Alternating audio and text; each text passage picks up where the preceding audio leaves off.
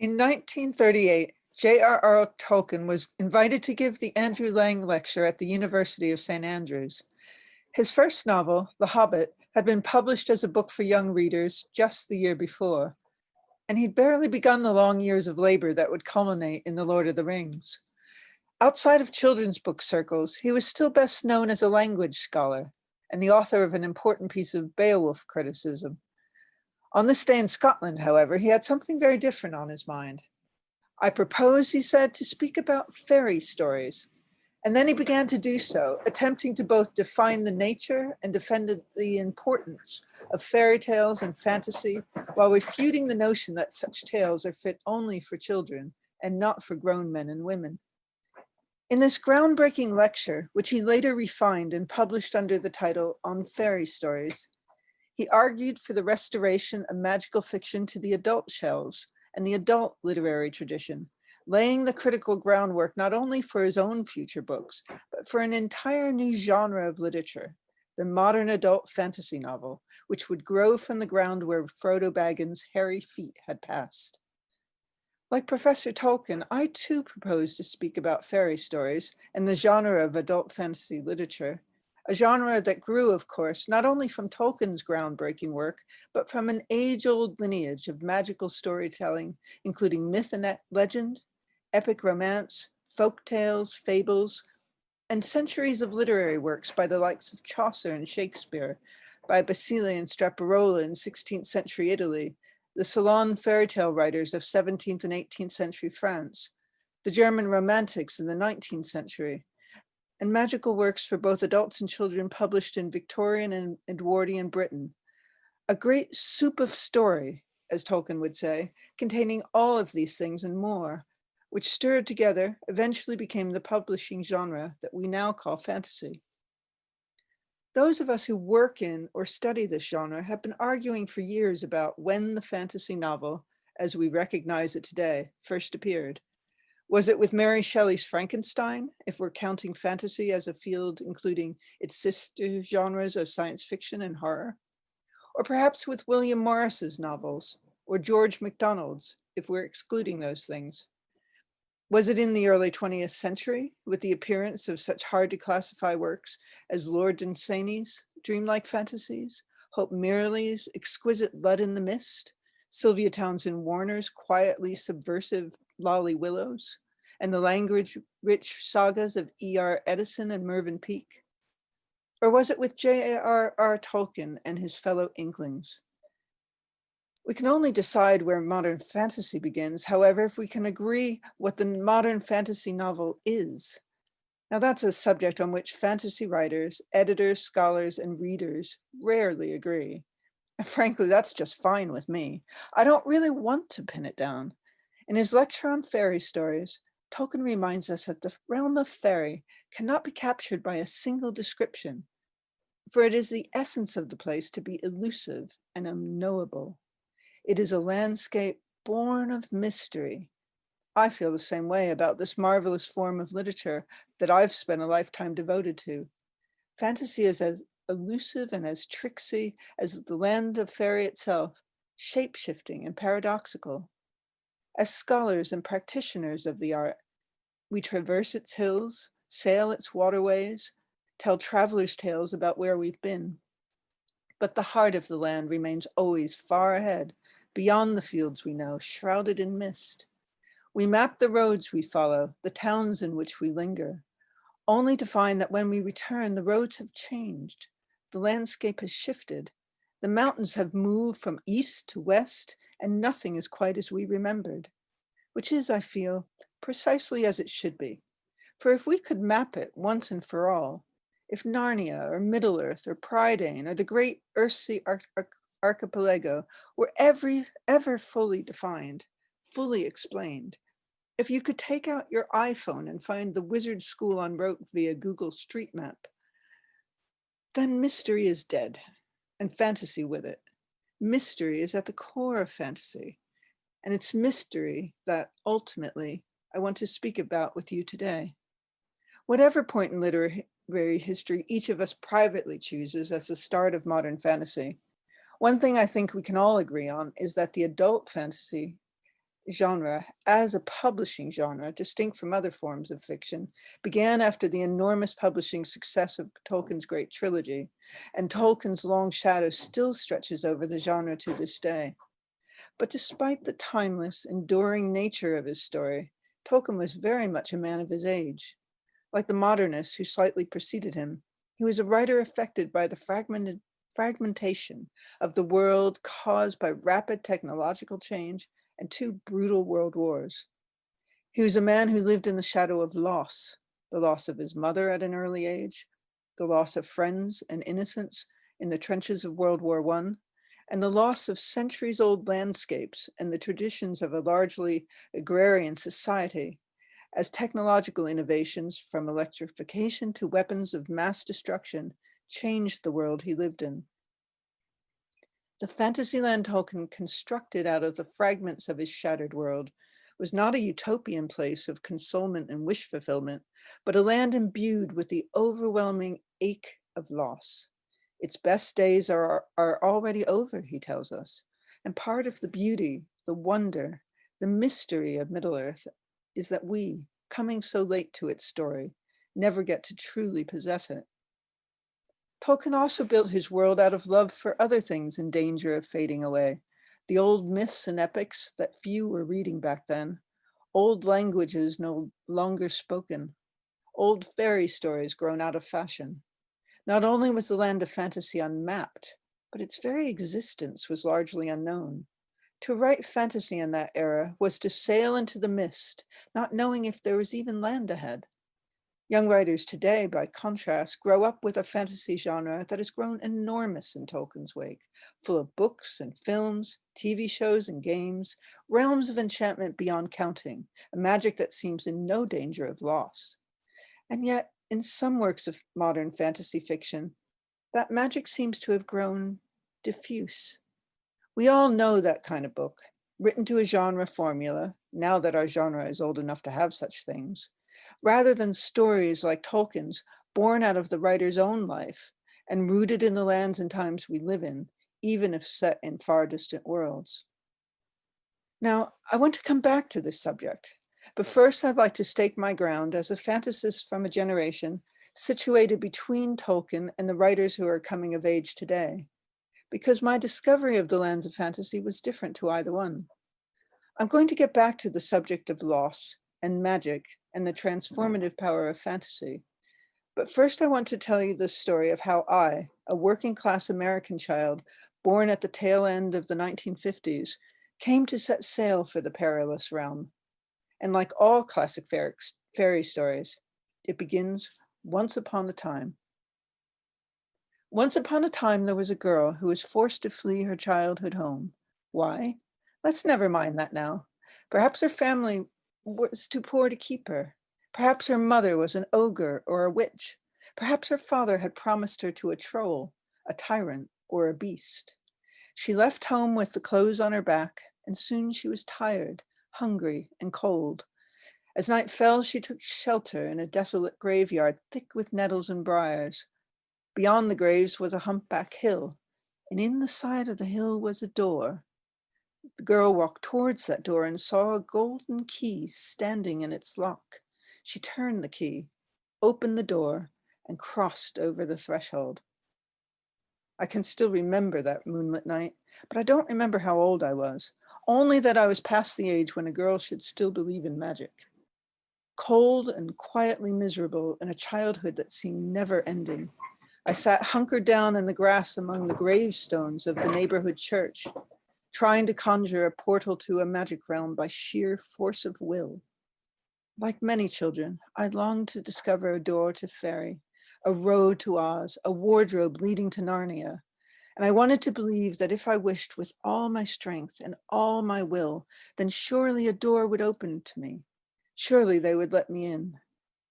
I wanted to flee unhappiness, yes, but there was more to my desire than this, more than just escape from the intolerability of here and now. My desire was also a spiritual one, for we often forget that spiritual quest is a common and natural part of childhood, as young people struggle to understand how they fit into the world around them. That night, My solemn conviction was that I did not fit into the world I knew, and so I sought to cross into some other world through the power of imagination. Now, did I really think it might be possible? To tell you the truth, I no longer know, but my longing for that door was real, and my sharp, physical, painful desire for the things I imagined lay just beyond. Vast, unmapped, unspoiled forests, rivers that were clean and safe to drink, wolves and bears who would guide my way once I learned the power of their speech. My childhood in the ordinary world was a transient, uprooted one, but beyond that door, I would find my place, my power, and my true home. Like many children hungry for an intimate connection with the spirit-filled unknown, what I failed to manifest that night, I found in my favorite children's books, in fairy tales, myths, and other tales of border crossing and enchantment. I read these stories over and over. I devoured them, and I needed them. But there came a time when I understood that I was growing too old for fairy tales, and I slipped them to the back of the shelves, embarrassed by my attachment to them. I was dutiful. I read realistic books about teen detectives, inventors, and spies. I read teen romances and girl with horse novels. I watched the wholesome Brady Bunch and the Partridge Family on television.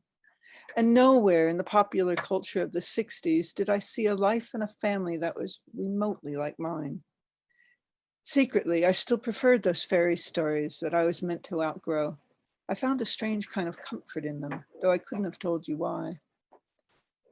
I would have been reassured had I only known back then what all of us gathered here know today, that fairy tales and fantasy stories have a long, distinguished pedigree, and that in centuries past, such stories weren't strictly labeled for children only.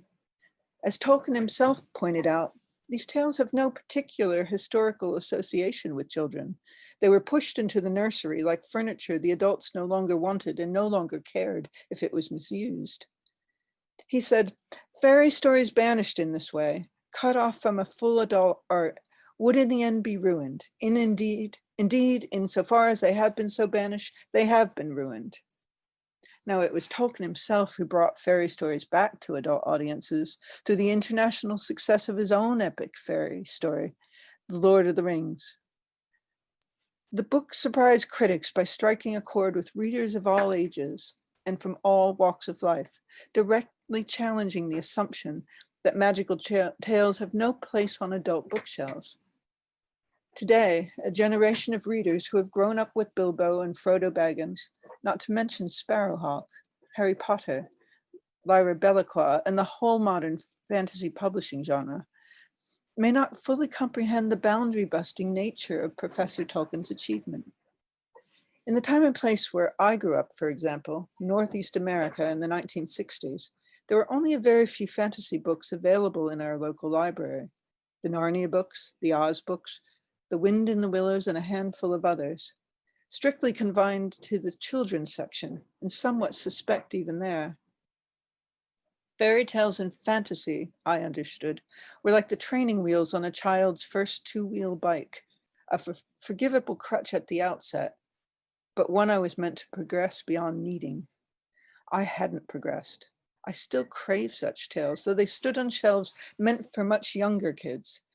A worried librarian actually took the Blue Fairy book out of my checkout stack, replacing it with a more age-appropriate story about a perky camp counselor who solved crimes. The message was clear. Fairy tales belonged to the children who still played with dress-up dolls, and my craving for them led me to think there was something wrong with me. It was only later that I learned that other adolescent readers shared this craving, and wonder of wonders, some adults did too. I desire dragon with a profound desire, wrote J.R.R. Tolkien of his own adolescence. Of course, I and my timid body did not wish to have them in the neighborhood, but the world that contained even the imagination of Fafnir was richer and far more beautiful, at whatever the cost of peril. It wasn't until I turned 14 that I discovered Tolkien's Lord of the Rings, although his books had been available in American editions for some years before. I began reading on the school bus on a cold, gray winter morning, breathless with pure amazement as the lands of Middle-earth opened up before me. Here, in the language of fantasy, was a story that seemed more real to me than any realistic story I knew. A story about danger, terror, and courage, about the cost of heroism and the importance of moral choices. In Middle-earth, as in my parents' house, an epic battle between good and evil was waging, and even a humble, seemingly powerless creature like a hobbit could affect its outcome. I read Tolkien's great trilogy in one gulp and was profoundly and forever changed by it. But not, I have to add, because those books ever really truly satisfied me. What they did was to reawaken my taste for magic, my old desire for dragons. But even then, in the years before I quite understood what feminism was, I saw that there was no place for me, a girl, on Frodo's quest. Some months after The Lord of the Rings, I discovered Tolkien's slim volume, Leaf by Niggle, containing his lecture on fairy stories, which was, for me, a more influential text than all the good professors' celebrated fiction. It was here I first learned that fairy tales had an old and a noble lineage, and that they'd once been more, so much more, than the Disney versions we know today.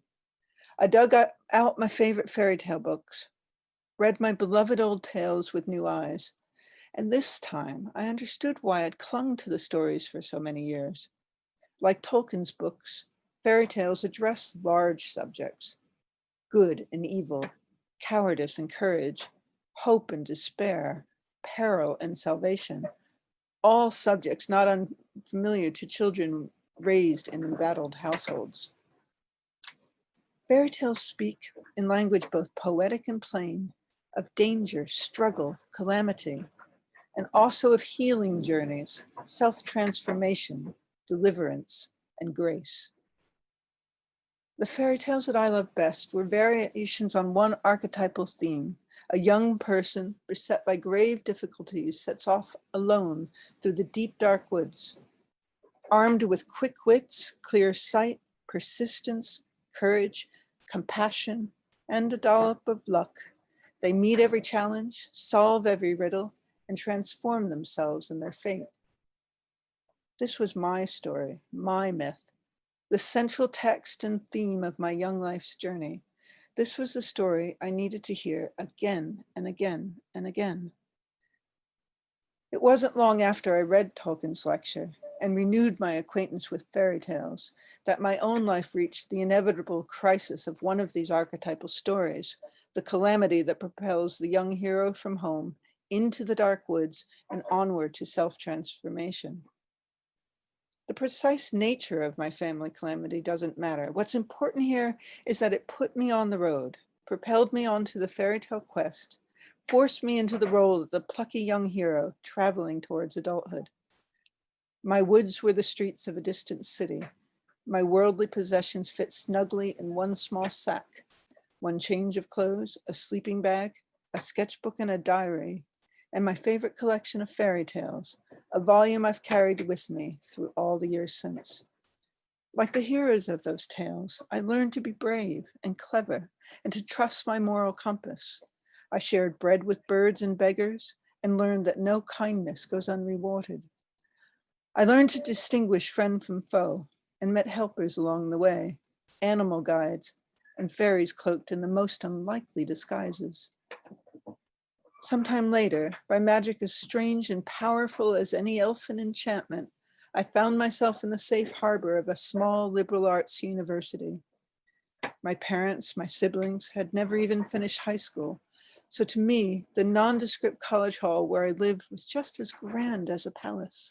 This was my version of living happily ever after: safety, opportunity, education. To live happily ever after, however, doesn't mean achieving a life free of pain or sorrow or struggle, but one that partakes the qualities that Tolkien required in a fairy story's ending: the consolation of joy and what he called a miraculous grace. It was there, as a student of English, that I began to explore the history of fairy tales, of folklore, and of literature fashioned from them. Even better, I discovered more works of fantasy fiction for adult readers. It was still a fledgling field back then, eyed with great suspicion, even derision, by the literary world, nothing like the broad and diverse genre we know today.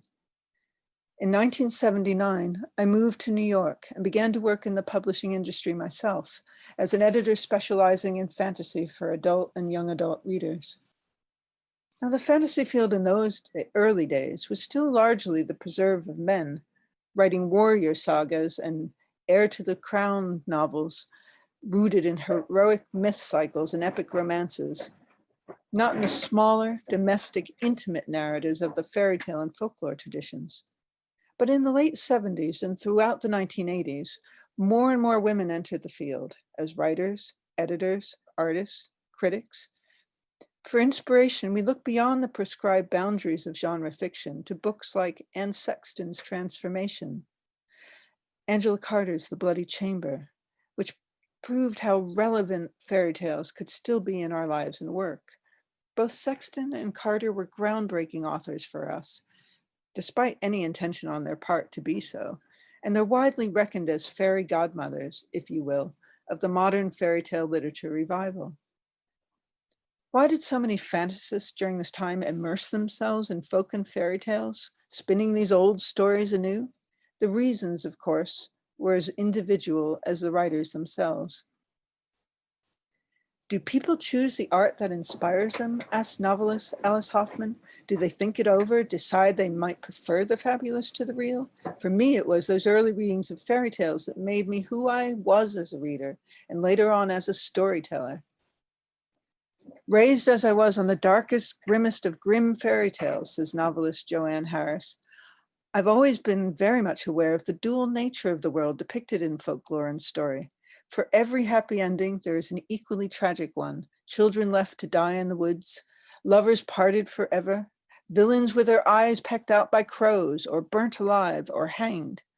Fairy tale is a world away from the comfortable assurances of the Disney franchise, and surely that was the purpose of those original fairy tales, devised as they were for an audience comprising mostly of adults, often very poor, people whose lives were cruel and harsh, and who would never, even in fiction, have accepted to believe in a world in which the shadows did not at least occasionally rival the light. Fairy tales were the refuge of my troubled childhood, poet and activist Bell Hooks reminisced. Despite all the messages contained in them about being a beautiful daughter, a good girl, which I internalized to some extent, I was most obsessed with the idea of justice, the insistence in most tales that the righteous would prevail. Like many others who turn into writers, wrote essayist Rebecca Solnit, I disappeared into books when I was very young, disappeared into them like someone running into the woods. What surprised and still surprises me is that there was another side to the forest of stories and the solitude, that I came out the other side and met people there. Writers are solitaries by vocation and necessity. I sometimes think the test is not so much talent, which is not as rare as people think, but purpose or vocation, which manifests in part as the ability to endure a lot of solitude and keep on working. Before writers are writers, they are readers, living in books, through books, in the lives of others that are also the heads of others, in that act that is so intimate and yet so alone. These vanishing acts are the staple of fairy tales and of children's books, where young people travel on various adventures between levels and kinds of reality. And the crossing over is often an initiation into power and into responsibility.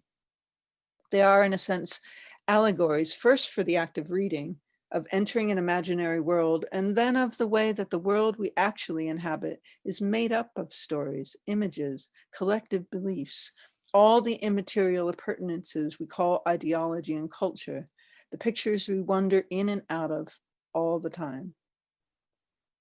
When you enter the woods of a fairy tale, mused poet Elizabeth Andrews, it is night, and trees tower on either side of the path. They loom large because everything in the world of fairy tales is blown out of proportion. If the owl shouts, the otherwise deathly silence magnifies its call. The task you are given to do by the witch, by the stepmother, by the wise old woman, These are insurmountable. Pull a single hair from the crescent moon bear's throat, separate a bowl's worth of poppy seeds from a pile of dirt. The forest seems endless, but when you do reach the daylight, triumphantly carrying the particular hair or having outwitted the wolf, when the owl is once again a shy bird and the trees only a lush canopy filtering the sun, the world is forever changed for your having seen it otherwise. From now on, when you come upon darkness, you will know it has dimension. You'll know how closely poppy seeds and dirt resemble each other. The forest will be just another story that has absorbed you, taking you through its paces, then cast you out and sent you back home again. Now, at this point, you may be thinking to yourselves, this is all very well, but you are talking about one specific form of fantasy literature, fantasy rooted in fairy tales, and you promise to speak of fantasy literature as a whole and where we find ourselves in this post-Tolkien era. I tell the story about how one young American woman found her way to the perilous realm because that journey had something in common with Tolkien's, something that lies at the heart of why fantasy tales remain important today. Tolkien, as we discussed earlier, formed his fantasy masterwork from the fragments of the shattered world he lived in. But there are many ways that worlds can be shattered, not only by the horrors of 2 world wars, but other ways both large and small, by circumstances both public and private, by wars both cultural and domestic. Fantasy stories, like the older myths and folklore they are rooted in, are powerful precisely because they are stories of transformation, about how one finds the courage to fight and prevail against overwhelming odds, whether the fight is to save a world or a single life or one's own soul. And it seems to me that today, no less than in Tolkien's time, the great theme of our age, and one that fantasy is particularly qualified to handle and should be handling, is again one of loss. In the face of climate crisis, the mass extinction of species, and a pace of technological change that grows greater and more disruptive with every year, we too need stories to rebuild the world, and we need them rather urgently. Hard times are coming, Ursula Le Guin told us back in 2014, when we'll be wanting the voices of writers who can see alternatives to how we live now, can see through our fear-stricken society and its obsessive technologies to other ways of being, and even imagine real grounds for hope. We'll need writers who can remember freedom, poets, visionaries, realists of a larger reality. Oh, and how right she was. We mostly understand ourselves through an endless series of stories told to ourselves by ourselves and others, writes Jeanette Winterson. The so-called facts of our individual words are highly colored and arbitrary, facts that fit whatever fiction we have chosen to believe in. It is necessary to have a story, an alibi that gets us through the day. But what happens when the story becomes scripture, when we can no longer recognize anything outside our own reality? We have to be careful not only to live in a state of constant self-censorship, where whatever conflicts with our worldview is dismissed or diluted until it ceases to be a bother. Struggling against the limitations we place on our minds is our own imaginative capacity, a recognition of an inner life often at odds with the eternal figurings we spend so much energy supporting. When we let ourselves respond to poetry, to music, to pictures, we are clearing out a space where new stories can root. In effect, we are clearing a space for new stories about ourselves. Now, this passage by Winterson nails, for me, precisely why we need art in our lives, and not just the familiar, repetitive stories of mass entertainment, enjoyable as they may be. Entertainment amuses, distracts, and consoles us. And that has its use and it has its value, but it's not the same use or the same value as art. Art enlarges us, transforms us, heals what is broken inside us, deepens our understanding of ourselves, each other, and the world around us. Fantasy, at its best, does this more than any other form of literature. Fantasy, said Le Guin, is a different approach to reality. an alternative technique for apprehending and coping with existence. It is not anti-rational, but para-rational, not realistic, but surrealistic, a heightening of reality.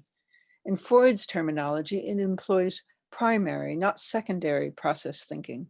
It employs archetypes, which, as Jung warned us, are dangerous things. Fantasy is nearer to poetry, to mysticism, and to insanity than naturalistic fiction is. It is a wilderness, and those who go there should not feel too safe. And their guides, the writers of fantasy, should take their responsibilities seriously. But how, as fantasists, do we do this?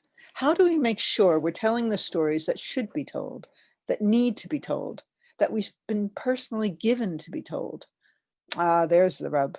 It's a question many of us spend our lifetime asking, working away, doing our best, never quite certain if we're failing or succeeding. Storytelling, says Ben Okri, is always quietly subversive. It is a double-headed axe. You think it faces only one way, but it also faces you. You think it cuts only in one direction, but it also cuts you. You think it applies to others only, but it mainly applies to you. When you think it is harmless, that is when it springs its hidden truths, its uncomfortable truths. It startles your complacency. When you no longer listen, it lies silently in your brain, waiting. Stories, he says, are subversive because they always come from the other side, and we can never inhabit all sides at once. If we are here, story speaks for there, and vice versa. Their democracy is frightening. Their ultimate non-allegiance is sobering. They are the freest inventions of our deepest selves, and they always take wing and soar beyond the place where we can keep them fixed. There are ways in which stories create themselves, bring themselves into being for their own inscrutable reasons, one of which is to laugh at humanity's attempt to hide from its own clay. The time will come when we realize that stories choose us to bring them into being. We do not choose them. Now, asking what we write brings us back to an even more basic question. Why do we write? For me, the best answer to that question comes from Anais Nin, writing in her journal after the great upheaval of the Second World War. Why, she said, why one writes is a question I can easily answer, having often asked it of myself. I believe one writes because one has to create a world in which one can live. I could not live in any of the worlds offered to me, the world of my parents, the world of the war, the world of politics. I had to create a world of my own, like a climate, a country, an atmosphere in which I could breathe, reign, and recreate myself when destroyed by living. That, I believe, is the reason for every work of art. And so I too sit down to create a world in which I can live. Stories and pictures of a spirited landscape steeped in mystery, music, and quiet acts of women's magic. I create myself every day here in the Devon Hills, amid old oak groves and buttercup fields, out of scraps of paper and fragments of verse, and morning coffee, and dreams underfoot, and books and bees and brambles and briar roses, and a black dog at my side. I keep leaving my desk, the dog at my heels, crossing from the imaginary landscape of writing or reading to a world I can touch and smell and taste, to the old stone wall at the edge of the tree line, and pathways trodden through bracken by ponies and sheep, to streams filled with rain, bogs filled with mud, fields that glitter with morning frost, to the cold winter wind, to discomfort, to pain, to joy, to the things that are real. An occupational hazard for the solitary writer is to live in the realms of the mind alone, or the shadowlands of the internet, and not in the body, the senses, the wild rhythms of the local groundscape we each inhabit, whether rural or urban. For many of us in the fantasy field, the wild world is the very place that we seek to conjure and enter through stories and paintings. And so we must not neglect our relationship with the elemental wild around us. In our kind of work, Magic is not a metaphor for gaining power, control, or authority, but for our numinous connection with the natural world and our non-human neighbors. It is wild work, it is soul work, and we need wild stories right now, more than ever. We need fantasy more than ever. Thank you.